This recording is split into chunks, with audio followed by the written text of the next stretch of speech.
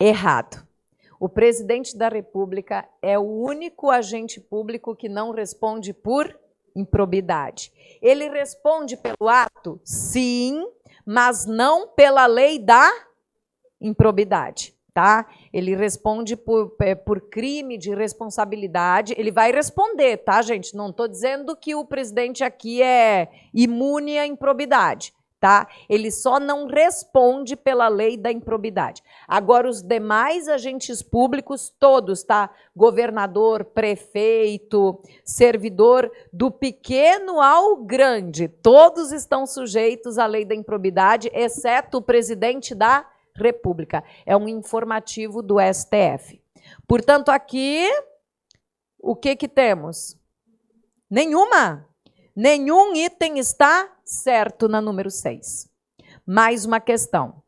A Lei 8.429, de 92, item 1, aplica-se apenas aos servidores públicos da administração pública direta e fundacional.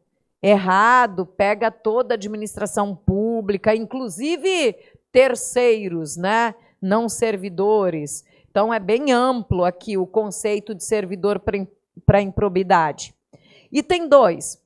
A lei da improbidade estabelece a necessidade de observância dos princípios da legalidade, impessoalidade, moralidade e publicidade. São princípios que você deve obedecer? Sim, é o LIMP, né, gente? Faltou um, não faltou? O LIMP é legalidade, impessoalidade, moralidade, publicidade. Faltou qual? Por que faltou?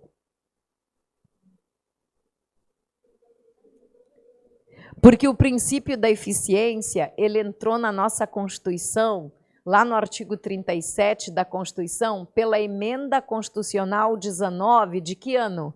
98. Foi em 98 que o princípio da eficiência foi introduzido na Constituição. E a nossa lei de improbidade de que ano?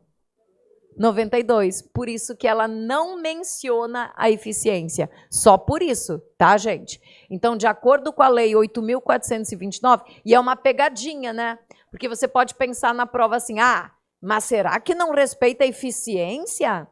É porque a lei 8.429, que é de 92, naquela época que ela foi redigida, o princípio da eficiência não era um dos princípios da administração. Ele passou a ser em que ano?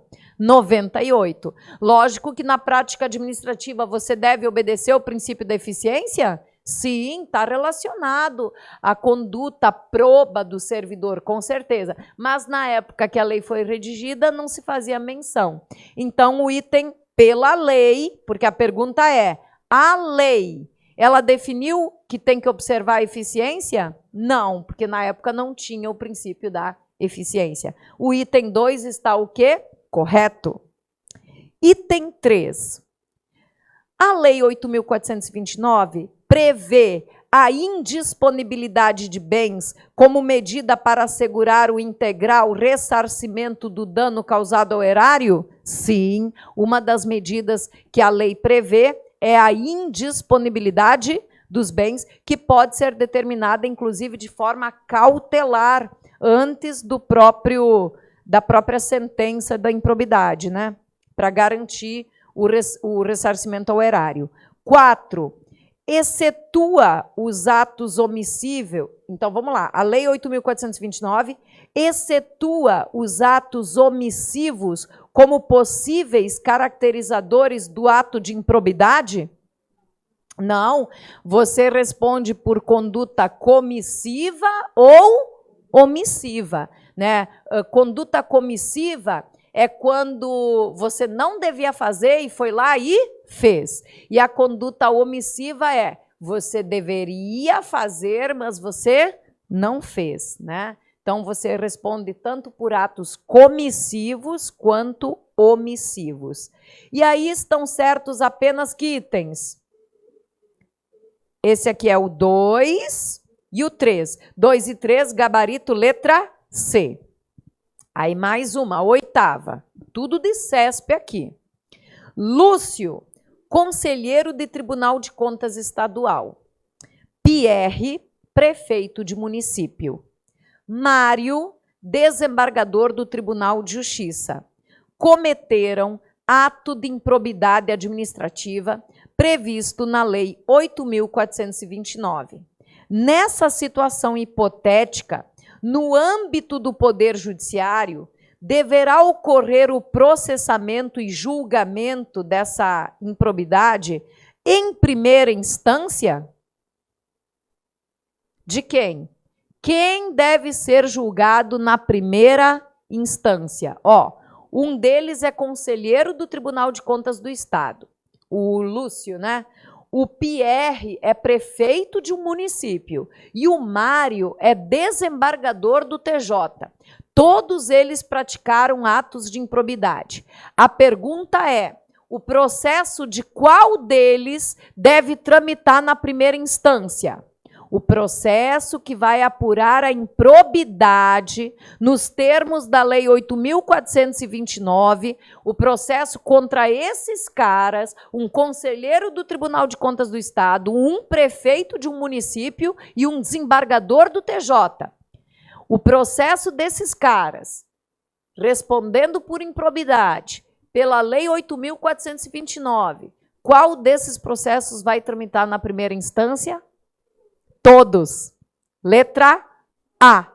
O processo de Lúcio, o processo de Pierre e o processo de Mário vão tramitar na primeira instância. Vão tramitar numa vara, provavelmente numa vara da Fazenda Pública, se tiver vara da Fazenda Pública. Se não tiver a vara da Fazenda Pública, vai ser uma vara cível, tá? Mas vai tramitar na primeira instância. Por quê, gente? Aí tu pensa comigo, professora, o desembargador do TJ não tem prerrogativa de foro? Tem. O conselheiro do Tribunal de Contas não tem prerrogativa de foro? Tem. Aonde eles são processados e julgados? Pelos crimes. Pelos crimes. No STJ. E o prefeito? No TJ. Né? O prefeito até uma polêmica lá, mas segundo o entendimento, vai ficar no Tribunal de Justiça. Então, vamos lá. Essas autoridades da questão, elas têm prerrogativa de foro? Tem. Quando praticarem o quê? Crimes. A prerrogativa de foro é no mundo criminal, ok? Aqui foi citado que eles praticaram crime? Não. Aqui está falando da improbidade, que a improbidade deles vai ser apurada na forma da Lei 8.429. Gente, o processo de improbidade é criminal? Não. Ele tem natureza cível. Então, aqui não há que se falar em prerrogativa de foro e o processo de improbidade deles tramitará na primeira instância, gabarito letra A. Aí, aproveitando, eu fiz uma questão diferente. Agora é uma questão minha, tá? Lúcio, conselheiro do Tribunal de Contas Estadual. Pierre, prefeito de município. Mário, desembargador do TJ. Cometeram crimes comuns no exercício e em função do cargo. Aqui esse julgamento tem que cair fora. Nessa situação hipotética, no âmbito do Poder Judiciário, deverá ocorrer o processamento e julgamento em primeira instância de quem?